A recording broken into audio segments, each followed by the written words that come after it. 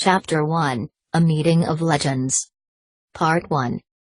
WuXia's hand rested on the table, covered by a large straw hat. It was his left hand.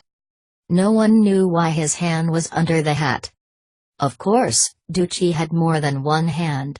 In his right hand he held a piece of hard bread. His body and the chunk of bread were very similar, dry, cold and hard. He sat in a restaurant called Heavenly Fragrance. Food and wine were on the table in front of him. However, he didn't touch them, didn't even take a drink. He only slowly gnawed on the hard piece of bread that he had brought. WuXia was a cautious person, and he didn't want anyone to hear that he had been poisoned to death in a restaurant. According to his calculations, at least 770 people in Jianghu wanted to kill him. And yet, he still lived. It was evening, before dusk.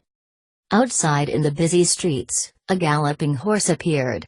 It sped down the street, knocking over people, vendor stalls, and wheelbarrows before stopping in front of the restaurant. The person on the horse was lean and supple, and had a long sword hanging from his waist. As soon as he saw the sign Heavenly Fragrance, he leaped from the saddle, body spinning, and flew up into the restaurant. The restaurant burst into commotion, but WuXia remained motionless.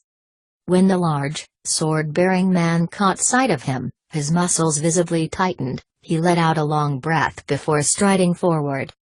He didn't greet WuXia. Instead, he leaned forward and lifted up the hat that was on the table, just a bit. He looked underneath for just a moment, and his ruddy face suddenly became pale. "Yes," he muttered, "it's you." WuXia didn't move, didn't even open his mouth. The man drew his sword, which glinted as he slashed at his left hand. Two bloody fingers dropped onto the table, a pinky finger and a ring finger. Cold sweat dripped like rain down the man's pale white face, and with a hoarse whisper he said, "Is this enough?" WuXia didn't move, didn't even open his mouth. The large man gritted his teeth and again raised his sword. This time, a bloody hand fell onto the table. "Is this enough?" he asked. WuXia finally looked at him, then nodded his head and said, "Go." The man's face was contorted with pain, nonetheless he let out a long breath and said, "Thank you very much." Without another word, he staggered out of the restaurant. The large man's movements carried great strength, and his martial arts were clearly very high. How could it possibly be that after merely looking under WuXia's hat, he was willing to cut off his own hand and then offer thanks? What secret lay under this hat? No one knew. It was dusk. Two people hurried into the restaurant. They wore silk outfits and looked like lords of some sort. Catching sight of them, many people in the restaurant stood and bowed, face filled with reverence. Within 250 miles, there were few people who didn't recognize the Golden Whip, Silver Blade, Duan clan elites, Duan Ji and Duan Ying. Even fewer people would risk being impolite to them. The Duan brothers didn't greet anyone, not even WuXia. They merely approached the table and looked under the hat. Their faces paled. Exchanging a glance, they said, "Yes, it's him." Duan Ji placed his hands at his sides, bowed and said, "Welcome, sir. Do you have any instructions?" WuXia didn't move, didn't even open his mouth. Because he didn't move, the Duan clan elites also dared not move, and were forced to stand there awkwardly.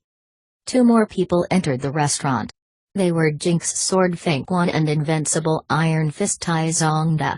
Just like the Duan brothers, they lifted up the straw hat and looked under, then immediately bowed and asked, "Do you have any instructions?" There were no instructions, so they too stood silently. With no instructions given, no one would dare leave. These people were almighty heroes of the martial world. Why, after merely looking under the hat for a moment, would they display such fear and veneration? Could it be that underneath the hat was concealed some terrible magic? It was after dusk.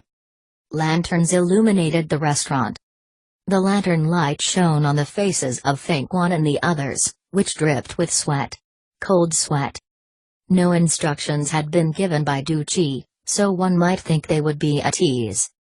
But looking at their expressions, it seemed they expected something terrible to happen at any moment. Night had fallen, and the stars were out. Outside of the restaurant, in the darkness, there suddenly arose the sound of a whistling bamboo flute, piercing and shrill, like the wail of a ghost. The facial expressions of Feng Quan and the others changed yet again, their pupils contracting. WuXia didn't move. Therefore, they didn't move. Suddenly, a booming sound erupted from the rooftop, and 4 holes appeared. 4 people floated down, strapping men, each over 7 feet tall and bare-chested, their blood-red pants gathered at the ankles and secured at the waist by shining gold belts. Strapped to their belts were strangely shaped machetes, hilts crafted from shining gold. These 4 muscular men landed on the floor as lightly as cotton, and instantly assumed positions guarding the 4 corners of the restaurant. Their expressions were nervous, and in their eyes could be seen an indescribable fear. At the same moment that everyone in the restaurant laid eyes on the men, there suddenly appeared another person.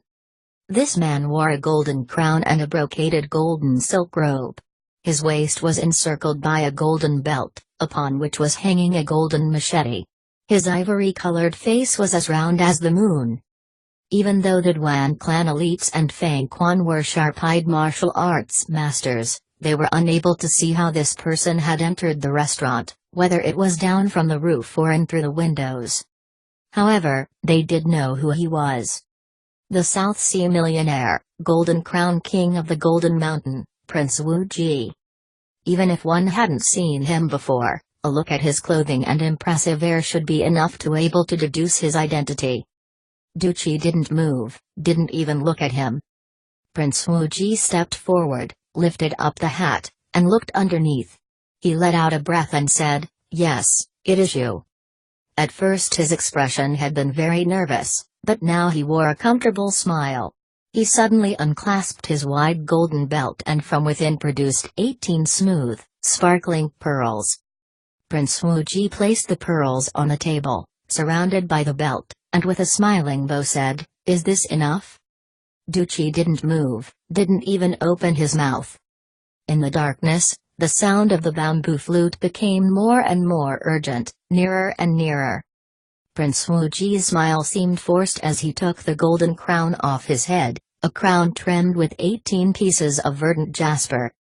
He placed the crown on the table and said, "Is this enough?" WuXia didn't move, didn't even open his mouth. Prince WuXia threw down his golden machete, and urgently barked, "Is this enough?" WuXia didn't move. Brow furrowed, Prince WuXia said, "What more do you want?" WuXia suddenly said, "I want the thumb of your right hand." With the thumb cut off, the right hand could neither wield a blade nor throw daggers. Prince WuXia's face distorted. The whistling of the bamboo was even more urgent, even more near, the sound was like needles piercing the ear. Prince WuXia gritted his teeth, extended his right hand and stuck out the thumb, then snapped, blade. One of the strapping, shirtless fellows in the corner drew his blade. There was a flash of gold as it flew across the room and then spun back into the man's hand. A bloody thumb landed onto the table. Prince WuXia's face was green. "Is this enough?" WuXia finally nodded his head and looked at him. "What do you want?" Prince WuXia said, "I want you to kill someone."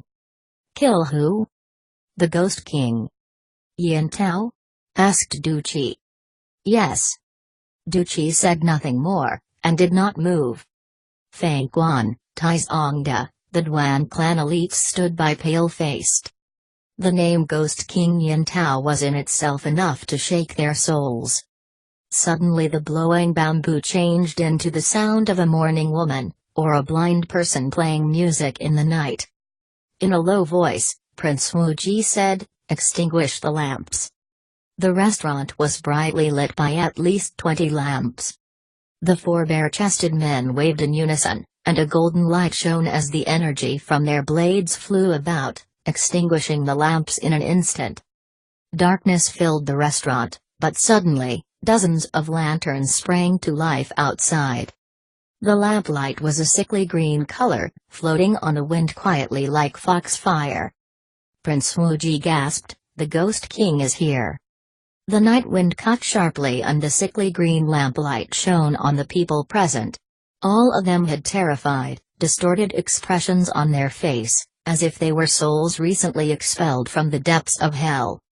Within the lingering, mournful whistling of the bamboo, there suddenly burst forth a cold, evil laugh. "Correct. I have arrived." Long-haired, with a face like wax, the Ghost King wore a long, white linen robe and was tall and thin like bamboo. He flew into the room and stood there swaying back and forth eerily. His eyes were a diseased green color, and they flashed as he stared at Prince Wuji. With a sinister laugh, he said, "I already told you, you're dead." Prince Wuji laughed coldly. "Actually, you are dead." "Me?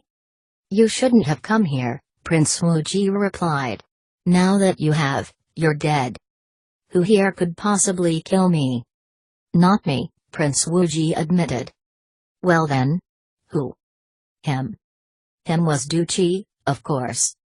Duchi still hadn't moved, even his expression hadn't changed.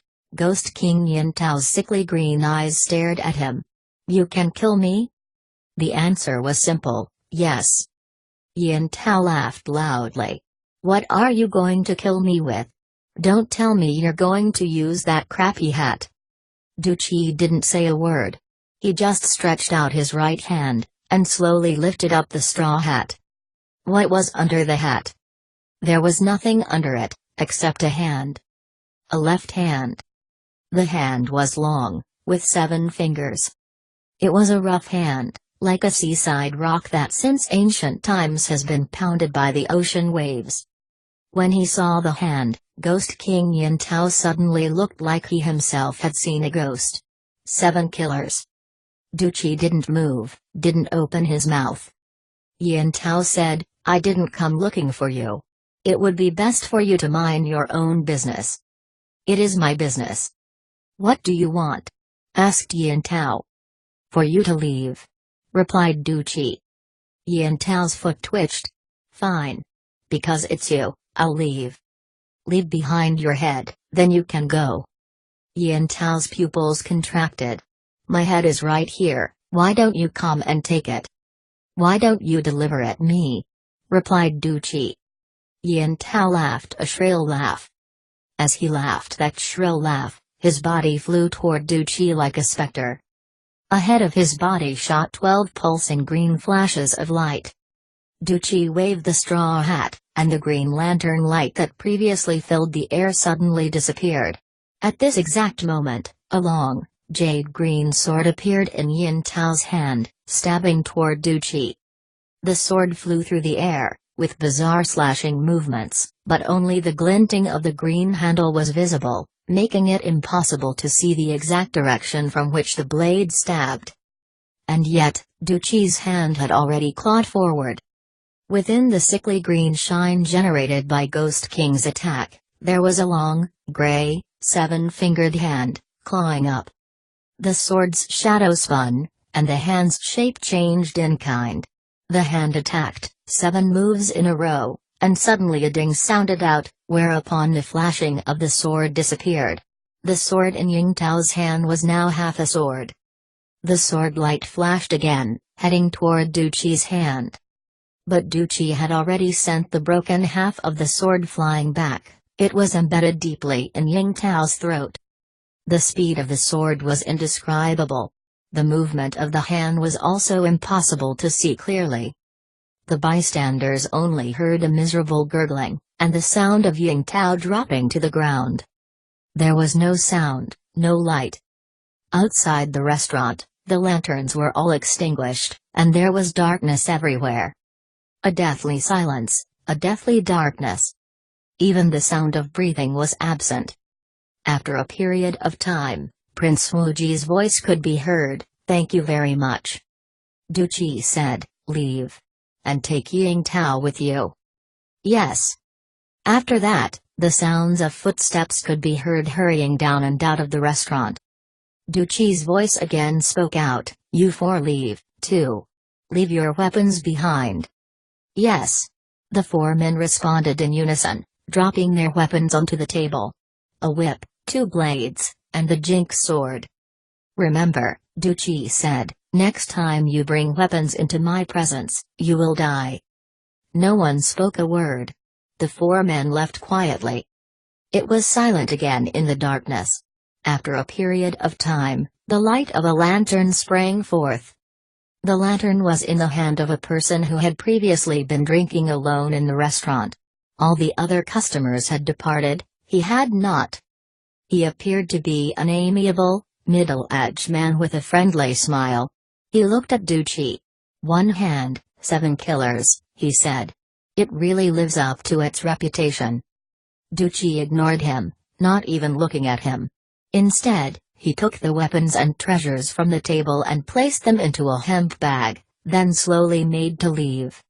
"Please, stay a bit," called the middle-aged man. Duchi turned his head. "Who are you?" In a humble voice, the man replied, "I'm WuXia." Duchi laughed coldly. "Are you also looking to die today?" WuXia responded, "I have orders to deliver a message to you."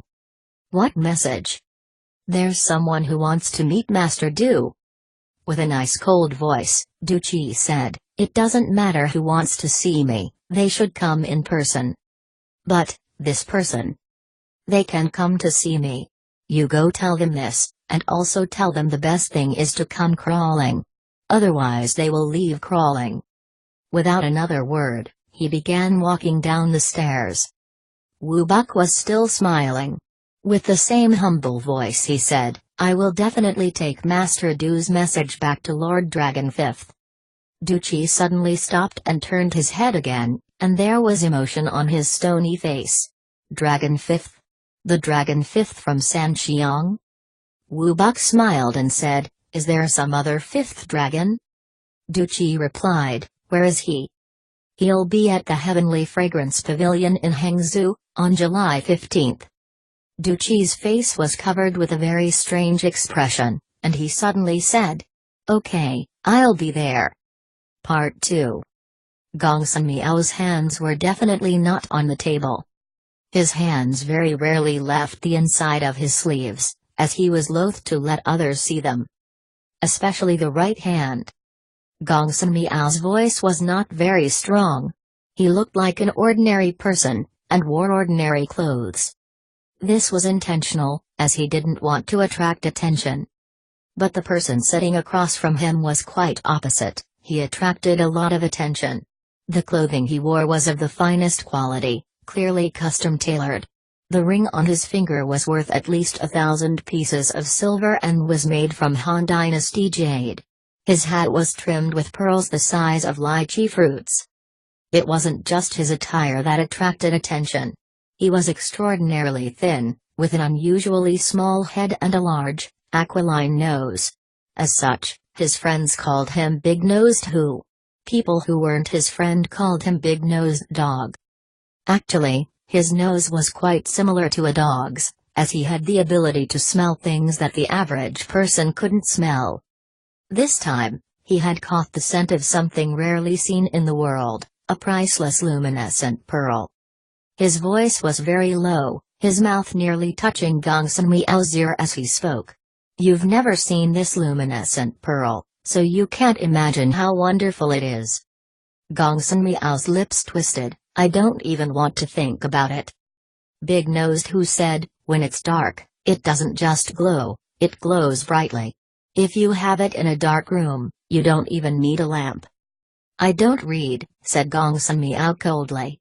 "And if I did, I would prefer to use a lamp.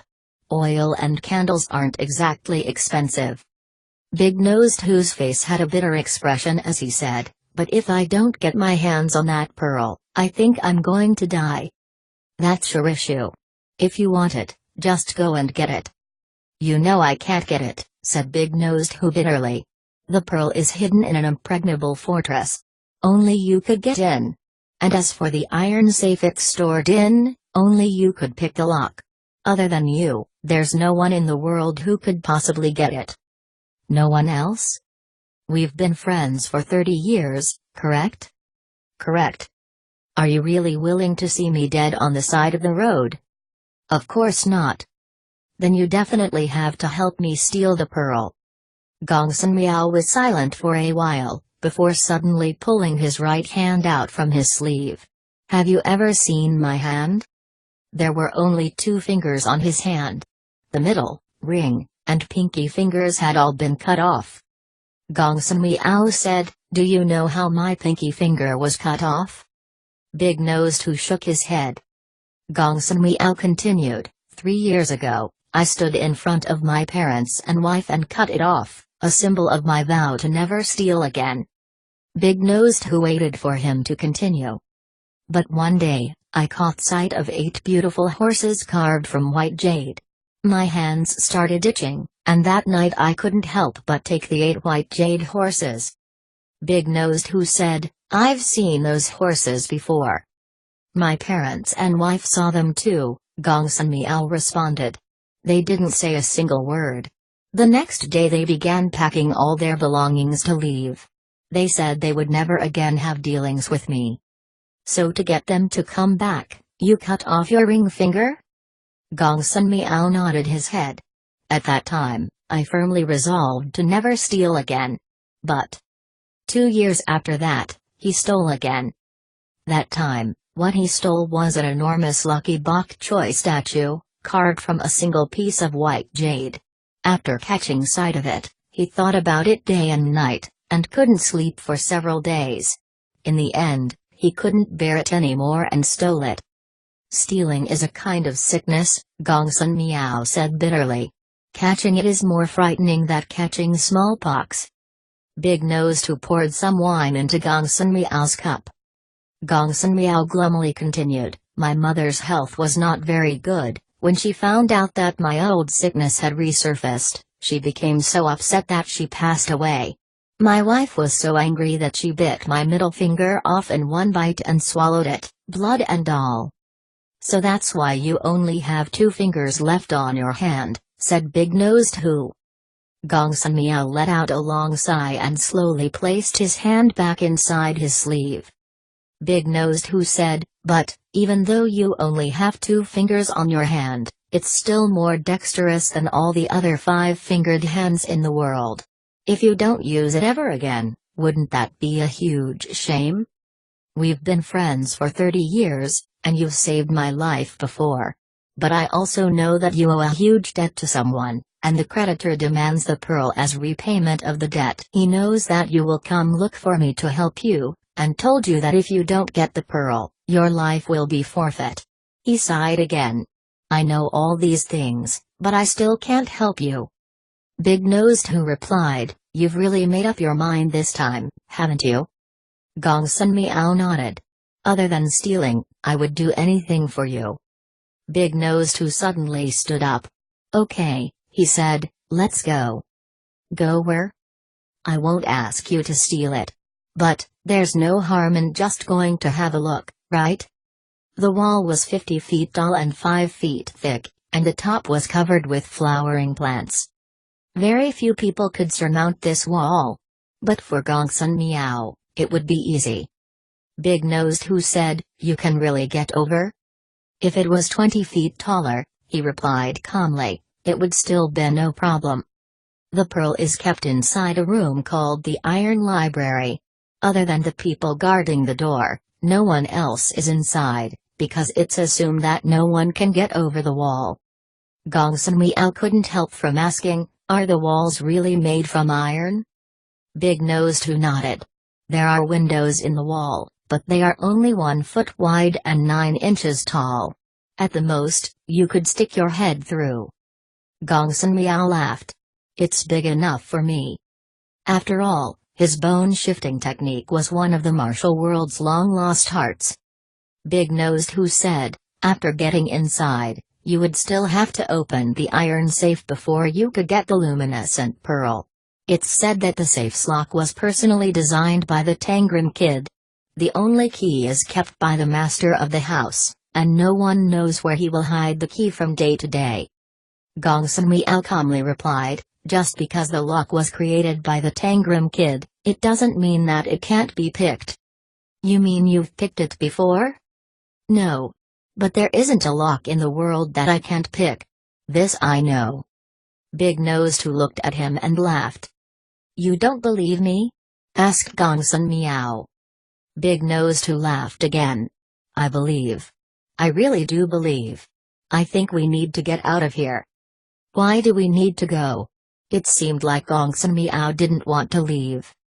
Big Nose Who sighed. Because if you get the impulse, you'll definitely go in to steal the pearl.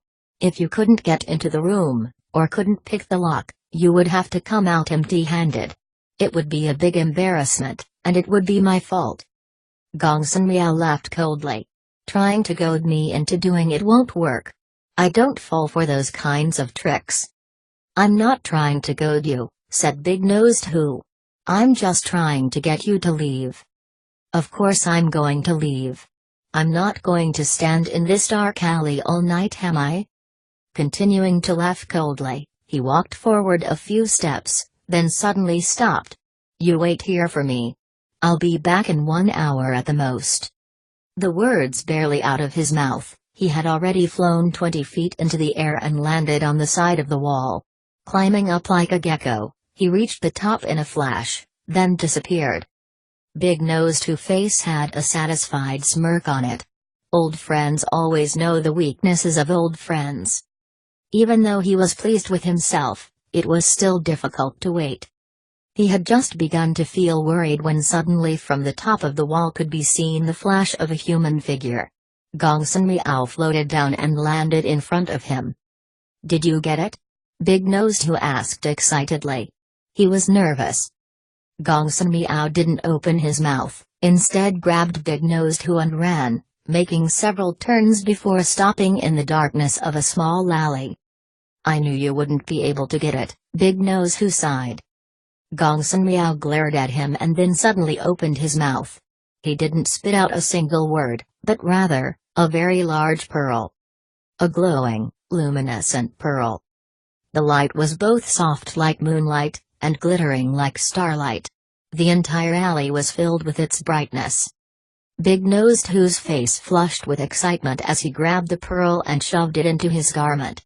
Despite being concealed in his clothing, its light was still visible on their faces. Suddenly, someone laughed in the darkness. Superb. Gongsun Miao's hands really are unparalleled. The person stepped out of the shadows. He appeared to be an ordinary, middle-aged man, with a happy smile on his face. Big Nose Who saw him, and his face changed. He moved forward, the pearl grasped in his 2 hands.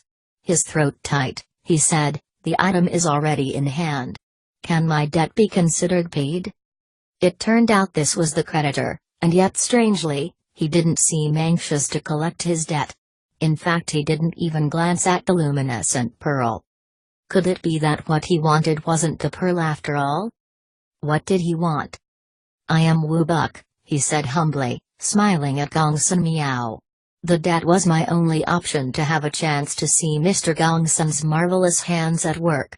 Actually, the debt is a trifling matter. I neither want nor need it. Gongsun Miao's face fell. Then what exactly do you want? Wu Buck said, I was especially sent here to invite you to go meet someone. Unfortunately, I have no desire to see anyone. I'm very shy. Wu Buck laughed. No one who meets Lord Fifth Dragon needs to feel shy. He never forces anyone to do anything difficult, and he never says anything to embarrass anyone. Gongsun Miao had already begun to walk off. He stopped and turned his head. Lord Fifth Dragon? You mean Fifth Dragon from Sanxiang? Wu Buck laughed again. Don't tell me there's another Fifth Dragon in the world? Gongsun Miao's face had a strange expression. It was hard to tell whether it was amazement, excitement, or dread. Lord Fifth Dragon wants to meet me? Very much so. But he is like a divine dragon from heaven. No one knows his whereabouts. How could I possibly find him? You don't need to go looking for him. He'll be at the Heavenly Fragrance Pavilion in Hangzhou, on July 15th. Gong Sun Miao didn't need to consider for even a moment. He immediately said, "Okay, I'll be there." Part 3. Shi Zong stretched out his hand and picked up a handful of peanuts. When other people grabbed a handful of peanuts, they would grab about 30. When Shi Zong grabbed a handful, it contained 70. His hand was 3 times larger than the average person's hand. On the peanut vendor's stand was a sign that read, 5 spice peanuts, 2 coins per handful. He threw 30 coins onto the stand and grabbed 15 handfuls of peanuts. Soon the stand was almost completely empty. The young girl selling peanuts started to cry. Shi Zong laughed and dumped all the peanuts onto the ground, then strode off. He didn't really like to eat peanuts, but he liked making other people cry. He seemed to be able to cause mischief at any time, unable to allow others to live peacefully. At the mysterious Sublimity Temple on the top of a nearby mountain, there was an extremely heavy bronze ritual cauldron. It was said that it weighed thousands of pounds, and that dozens of the strongest men around couldn't think of a method to move it. One early morning, everyone was shocked to find the giant bronze cauldron in the exact middle of the street. Clearly, the cauldron did not move itself. In the whole world, if there was anyone who could move the cauldron, it had to be Shi Zong. Therefore, everyone went looking for him. With such a giant cauldron in the middle of the street, it was impossible for horses and carts to pass through, and business was at a standstill. The people begged Shi Zong to take the cauldron back. He ignored them. Only after everyone began beseeching with tears did he finally laugh loudly and step out onto the street. Grasping the cauldron with his enormous hands, he let out a loud breath and shouted, "Heave!"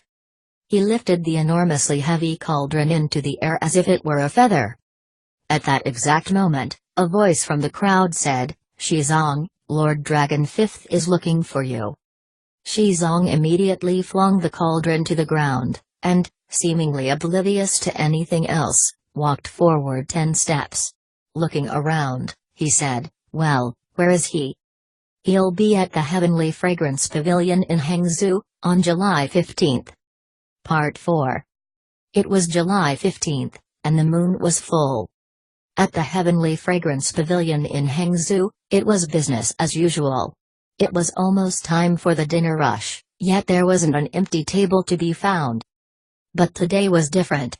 Every table was full, both upstairs and downstairs, yet all the customers were strangers. The usual clientele were all refused entry. In fact, even Heavenly Fragrance's best customer, Hangzhou City's renowned Master Ma, couldn't get a table. Master Ma's face was flushed, and he was about to lose his temper. When Master Ma lost his temper, it was definitely not enjoyable. Heavenly Fragrance's proprietor hurried forward and bowed respectfully with hands clasped. Apologizing profusely, he promised to provide a complimentary meal comprised of the best dishes, as well as 50 fresh hairy crabs, delivered directly to Master Ma's residence. Then he leaned forward and quietly whispered into Master Ma's ear. Master Ma's brow furrowed, and without a word, he spun around and left, followed by his retinue. The proprietor had just let out a sigh of relief when another group of people arrived. It was the Hangzhou 10,000 Victories Armed Escort Agency's 10,00 Victories Golden Blazing Fang Gang, accompanied by a group of armed escorts. They wore colorful clothes and rode powerful horses. Head escort Zhang was not as reasonable as Master Ma. "If all the tables are full, make some people leave." He waved his hand dismissively at the proprietor as he prepared to go up the stairs to the second floor. On the stairs suddenly appeared 2 people, blocking his way. They were young men, delicate-looking, almost pretty, wearing white stockings. Their hair was pitch black, unadorned by any sort of hat, and very long. Their waists were cinched by thin, silver belts. How unexpected that people would be willing to block the path of head escort Zhang. The 10,000 Victories Armed Escort Agency's most highly ranked fighter, Iron Palm Sun Ping, was the first to step forward. "Do you want to die?" he snapped. One of the youths, who wore a green-colored robe, smiled and said, "No, we don't want to die." Sun Ping responded, "If you don't want to die, then get out of the way so these great masters can enter." "They cannot enter." "Do you know who they are?" "No, I don't." The green-robed youth continued to smile. "I only know that today, it doesn't matter if you are a great master, a normal master, or an apprentice, the best thing for you is to stay away." "And what if the great masters demand to enter?" Sun Ping replied angrily.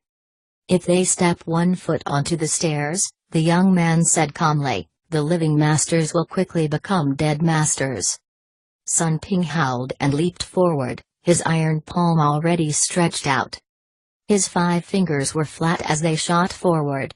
His iron sand palm technique was clearly quite exceptional, the hand moved extremely fast. It shot forward, the wind generated by the palm powerful, and sharp as a blade. The green-robed youth smiled. Suddenly, his hand shot forward as well, chopping at Sun Ping's wrist. Sun Ping had begun making his name at 17 years of age, climbing the ranks from initiate to full escort and winning hundreds of fights in the process. He was no fool. As it turned out, his initial move was a feint. His stance changed as his wrist dropped, and his hand shot toward the green-robed youth's abdomen. This was the deadly strike of a killer. He clearly didn't shy from taking lives. But the green-robed youth's move was faster. Almost the same instant that his hand shot forward, his 2 fingers had already reached Sun Ping's throat. With a puffing sound, the 2 fingers stabbed like swords into the jugular. Sun Ping's eyes bulged, and the muscles in his body convulsed. His body appeared to lose control of itself as tears, mucus, saliva, blood, urine, even fecal matter oozed out from every orifice. He made no miserable sounds as one might expect, he merely collapsed to the ground. The green-robed youth slowly pulled out a snow-white handkerchief, and carefully wiped the blood from his hand. He didn't cast a single glance at Sun Ping. The armed escorts stared blankly, looking about to vomit. They had all killed before, and had all seen people be killed, but seeing this, their stomachs shrank. A few couldn't endure, and emptied their stomachs. The young man slowly folded up the handkerchief. "You still haven't left yet?" he asked blandly. His martial arts were frightening, but if they left now, how could the 10,000 victories armed escort agency ever show their faces in Jianghu again? From amidst the armed escorts, there were already 2 who were getting ready to leap forward and fight. Before stepping a foot onto the stairs, they'd already placed 1 foot in the grave. Zhang Fanggang stretched out his hand and blocked their way. He'd noticed something very peculiar. Even though the restaurant was filled with strangers, there was something they all shared in common. Not a single person wore a hat of any type, and everyone's hair was tied by a slender, silver-colored ribbon. There was blood splashed all over the stairs, but not a single customer had turned a head to look. Zhang Fanggang's breath was forced as he said in a low voice, "Friend, may I ask, what is your honorable name? Where are you from?" The green-robed youth smiled, "You don't need to know. Knowing just one thing is enough for you." "What's that?" "Outside the restaurant are the leaders of the 7 great sword schools, and the heads of the 5 great martial sects. But even they can only stand outside. If they take a single step inside, they will die." Zhang Fanggang's face twisted. "Why?" "Because," replied the green-robed youth, "there's someone inside who is waiting to treat some guests. Other than those 3 guests, he doesn't want to see anyone else." Zhang Fanggang couldn't help but ask, "Who is this person?" "You shouldn't need to ask that question. You should be able to figure it out on your own." Zhang Fanggang's face became pale white. "Don't tell me it's him?" he asked hoarsely. The young man nodded. "Yes, it is." Zhang Fanggang turned to leave, accompanied by the armed escorts. As they walked off, one of the escorts quietly asked, "Who is it?" Zhang Fanggang didn't respond at first. He let out a long sigh, and finally said, "He lives among the clouds in heaven, and he is the greatest hero in the world." Part 5. He sat in the upper floor of the restaurant in an elegant private room, on a wide bench. His face was pale white, his body thin and haggard, and in his eyes he carried an unspeakable exhaustion. He appeared to be not only tired, but also physically weak, even sick. Despite the heat of the day, the bench he sat on was covered with a colorful, spotted leopard fur, and his legs were concealed by a blanket of Persian felt. It was impossible to tell what material the felt was made from, but it glowed with a silvery light. He himself seemed to lack any bit of health or color whatsoever, and in fact appeared to have some sort of chronic illness. It looked as if he was weary of life, and that he had completely lost hope and faith in his own existence. Standing tall and majestic behind him was a man with silver hair and a ruddy face, aged, but seemingly as powerful as a deity. This man was clearly in the winter of his life, yet his body seemed to be filled with the energy of a fierce predatory cat. His eyes shined with a brilliance that could shock a person's soul, and would prevent most people from even daring to look in them. Yet, his attitude toward the sickly young man was extremely respectful. Anyone who witnessed this level of respect would never guess that in former years he had subdued all under heaven, and had stared down his nose in disdain at Jianghu. With his 100-pound iron hammer, he'd swept through the southern 7 and northern 6 provinces, and defeated all the greatest of the outlaws. He had become one of the greatest masters of the martial world, had survived 100 battles without a single defeat. He was the Lion King Lan Dan. In addition, there was another man in the room, robed in green, with white stockings, face expressionless. A middle-aged man with graying temples, he was currently preparing tea for the sickly youth. His every move was made with extreme precision, as if he was afraid of making the slightest mistake. The tea that came out of the teapot was scalding hot. He held the teacup with both hands, carefully tasting the tea to check its temperature. He continued to hold the cup until the tea had cooled some. The sick young man accepted the tea, and carefully took a sip. His hands were devoid of color, the fingers long and delicate, and it seemed as if even holding a cup of tea was an exertion. And yet, he was the greatest hero under the heavens, Dragon Fifth. There was no one else in the room, and no one entered. Dragon Fifth let out a light sigh and said, "I haven't waited for anyone in at least 5 or 6 years." "Correct," said Lan Dan. "And yet today I've been waiting for over an hour." "Correct. Last time I had to wait, I think it was for Magistrate Qian. And he won't be making anyone wait ever again." Dragon Fifth sighed lightly. "He died very miserably. No one would wait for a dead person." Lan Dan said, "In the future, no one will wait for Duchi and the others, either. That is a matter for the future. For now, they can't die?" "They can't. You absolutely must use them to handle this matter?" Dragon Fifth nodded his head and said no more. It seemed he had decided that too much had been said, that he was too tired. He wasn't a person of many words. He was also the type of person that was willing to listen, but did not wish to hear too much. If he wasn't willing to open his mouth, other people usually shut theirs.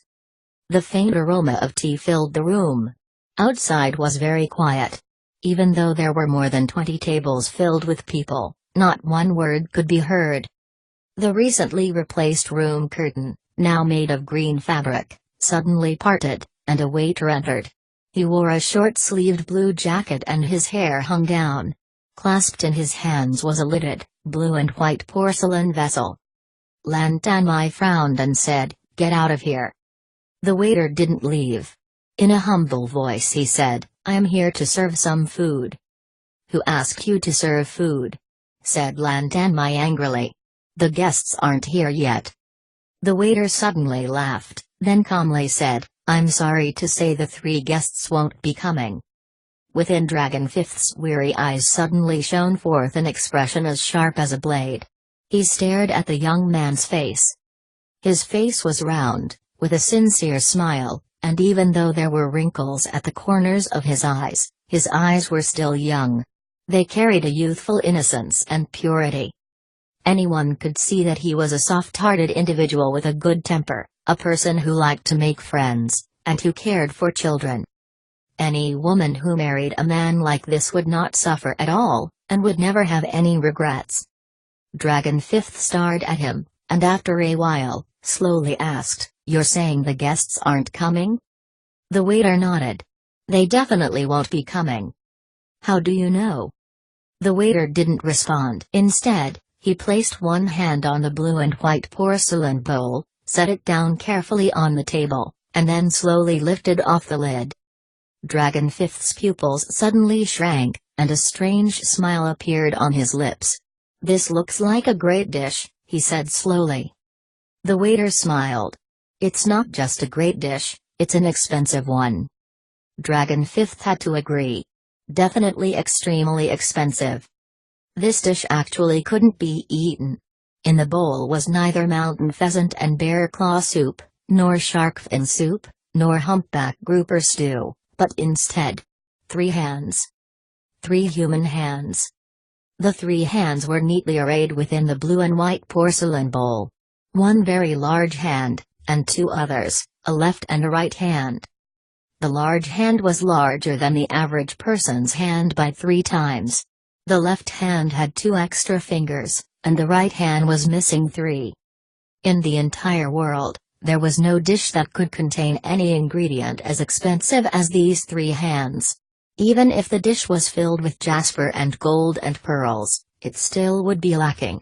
In fact, no one could truly estimate the value of these 3 hands. Dragon Fifth obviously recognized the 3 hands. He couldn't help but quietly sigh. "It appears they really won't be coming." The waiter smiled. "But, I have come." "You?" "Even though they haven't come, my coming is the same thing." "Oh?" The waiter said, "They definitely weren't friends of yours." "I don't have friends," responded Dragon Fifth, coldly. His eyelids drooped. He appeared to be very tired and lonely.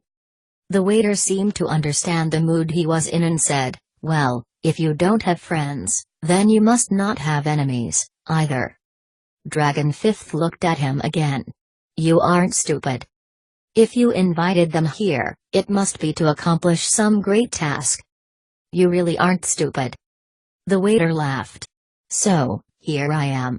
Whatever they could do, I can do too. What those 3 could accomplish together, you can accomplish alone. I've been looking for something to do. Splitting light and catching shadows, 1 hand 7 killers." Dragon Fifth gazed at the left hand in the bowl. "Do you know how many people this hand killed? Do you know how quickly he could kill people?" "No, I don't." "The miracle hand thief, nothing can be hidden safely." Dragon Fifth fixed his gaze on the right hand, which was missing 3 fingers. "Do you know how many rare treasures this hand stole? Do you know how nimble and dexterous it was?" "No." "The giant spirit bomb, power to lift 1,000 pounds." Dragon Fifth glanced again at the 3rd hand. "Do you know how mystically strong this hand was?"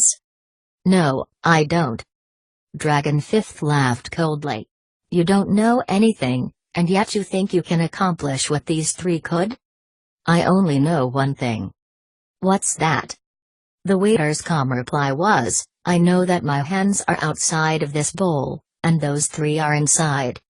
Dragon Fifth's head lifted, and he gazed at the waiter. "Is it because of you that their hands are inside the bowl?" The waiter laughed again. "If one wants to sell something, they should first provide something for the customer to look at." Dragon Fifth's eyes shined sharply again. "What do you want to sell?" "Myself." "Who are you?" "I'm surnamed Liu, as in willow tree." It was a strange surname. "My given name is Qingji. Che as in long, Ji as in street." "Liu Qingji!" exclaimed Dragon Fifth. "What a strange name." "Many people have asked me why I picked such a strange name," said Liu Qingji. "It's because I like long streets." He continued, laughing, "I always thought, If I could be a very long street, lined on both sides with willow trees, with all types of shops on either side, then every day, all different types of people would walk on my body, young girls, married women, little kids, even old grandmothers. His eyes appeared to be that of a child imagining some fantasy scene, a strange and beautiful fantasy. Every day I would watch these people strolling happily across my body, chatting under the willow trees, buying things in the shops. Wouldn't that be such an interesting thing? Much more interesting than being a person. Dragon Fifth laughed. For the first time a smile fell across his face, and he laughed. "You're a very interesting person." As soon as the sentence was out of his mouth, his smile disappeared. "Help me kill this very interesting person." Lan Tang had been standing like a rock behind him, but as soon as the word kill was spoken, he leapt into action.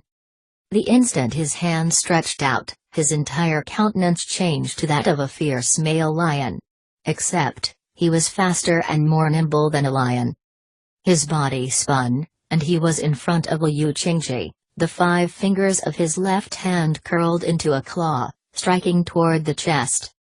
Anyone could see that this attack could rip apart a person's chest and tear out their heart and lungs.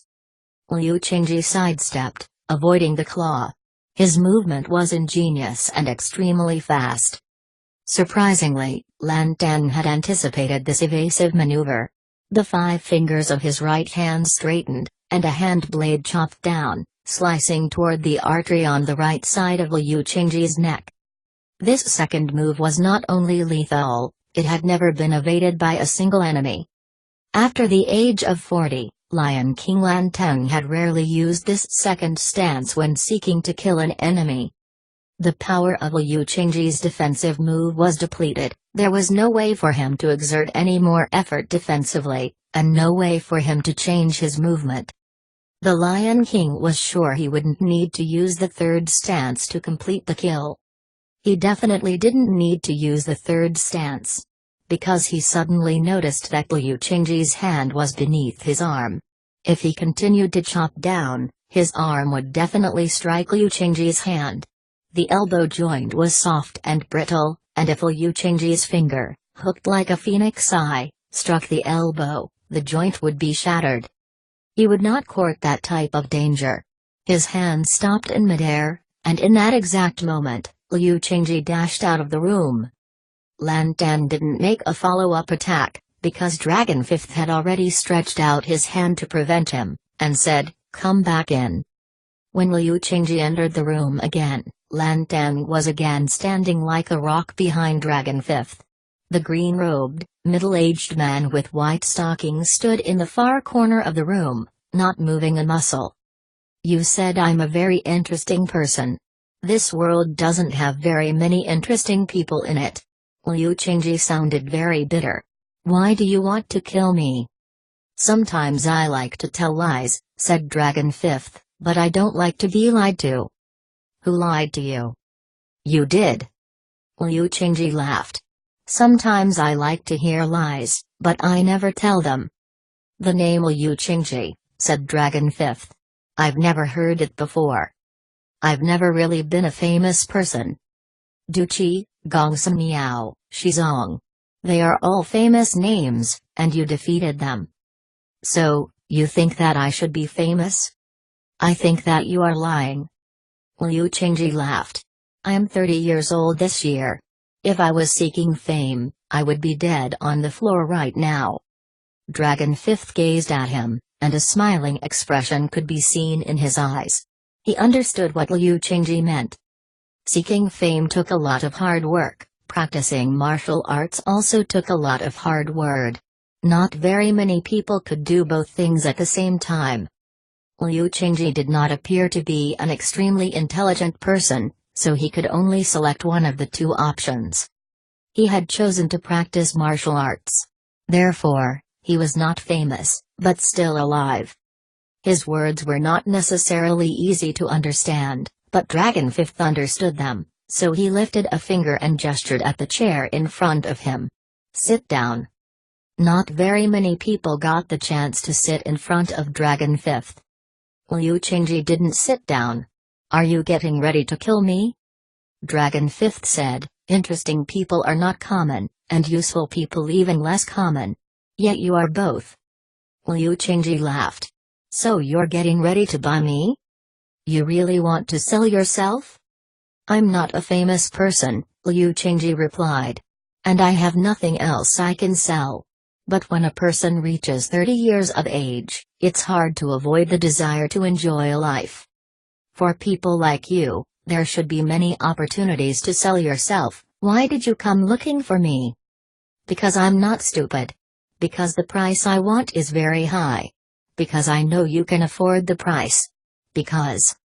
These 3 reasons are enough, interrupted Dragon Fifth. But these 3 reasons aren't the most important. Oh? The most important is that I not only want to make a large amount of money, I also want to accomplish something great. If someone wants Duqi and the others to accomplish some task, that task is obviously very important. On Dragon Fifth's pale white face, there once again appeared a smile. He lifted his hand and said, please, sit. This time, Liu Qingji sat down. Dragon Fifth said, bring wine.